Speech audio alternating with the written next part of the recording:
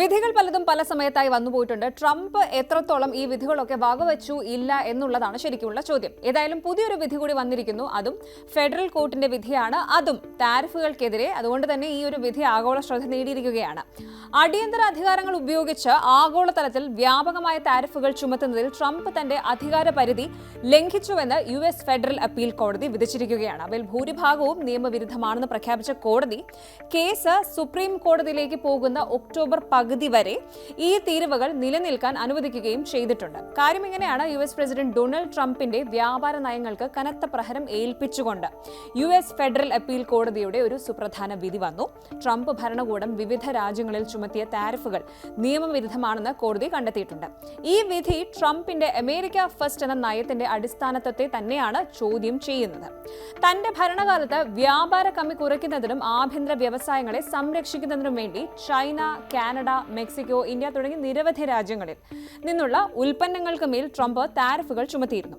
ദേശീയ സുരക്ഷയുമായി ബന്ധപ്പെട്ട കാരണങ്ങൾ ഉൾപ്പെടെ ചൂണ്ടിക്കാട്ടിയാണ് ട്രംപ് ഇതിനായി international emergency economic powers act IEEPA പോലുള്ള അടിയന്തര അധികാരങ്ങൾ ഉപയോഗിച്ചിരിക്കുന്നത്.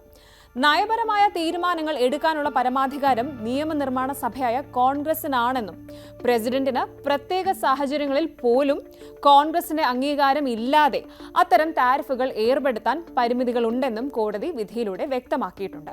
US court of appeals for the federal സർക്യൂട്ടിന്റെ 7-4 ഭൂരിപക്ഷ വിധി ട്രംപിന്റെ അധികാര ദുർവിനിയോഗം ശരിവെക്കുന്നതായിരുന്നു. ഈ വിധി രാജ്യത്തിന്റെ ഭരണഘടനയുടെ അടിസ്ഥാന തത്വമായ സെപ്പറേഷൻ ഓഫ് പവേഴ്സ്, അതായത് അധികാര വിഭജനം കൂടുതൽ ഉറപ്പിക്കുന്നു.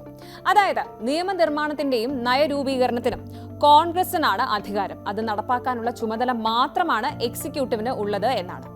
ഈ കേസ് ഫയൽ ചെയ്തത് ചെറുകിട ഇറക്കുമതിക്കാരും അതുപോലെ ഡെമോക്രാറ്റിക് നേതൃത്വത്തിലുള്ള നിരവധി സംസ്ഥാനങ്ങളുമായിരുന്നു. എന്തായാലും കോടതിയുടെ വിധി ഉടനെ പ്രാബല്യത്തിൽ വരില്ല. ഒക്ടോബർ പകുതി വരെ താരിഫുകൾ നിലനിർത്താനും കോടതി അനുമതി നൽകിയിട്ടുണ്ട്. ഈ സമയം ശരിക്കും ട്രംപിന്റെ അഭിഭാഷക സംഘത്തിന് സുപ്രീം കോടതിയിൽ അപ്പീൽ നൽകാൻ വേണ്ടിയുള്ള ഒരു ഗ്യാപ്പാണ്. ഈ വിധിയെ ട്രംപ് രാജ്യത്തിന് പൂർണ്ണ ദുരന്തം എന്നാണ് വിശേഷിപ്പിച്ചത്.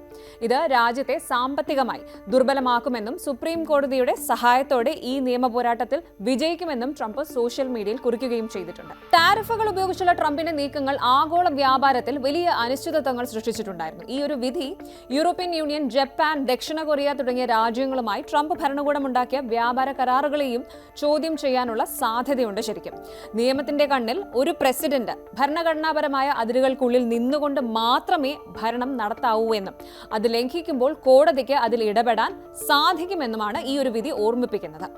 അമേരിക്കൻ രാഷ്ട്രീയത്തിലെയും സാമ്പത്തിക നയത്തിലെയും നിലവിലെ ആഴത്തിലുള്ള ഭിന്നതകളെയാണ് ഈ ഒരു നീക്കം എന്തായാലും സൂചിപ്പിക്കുന്നത്.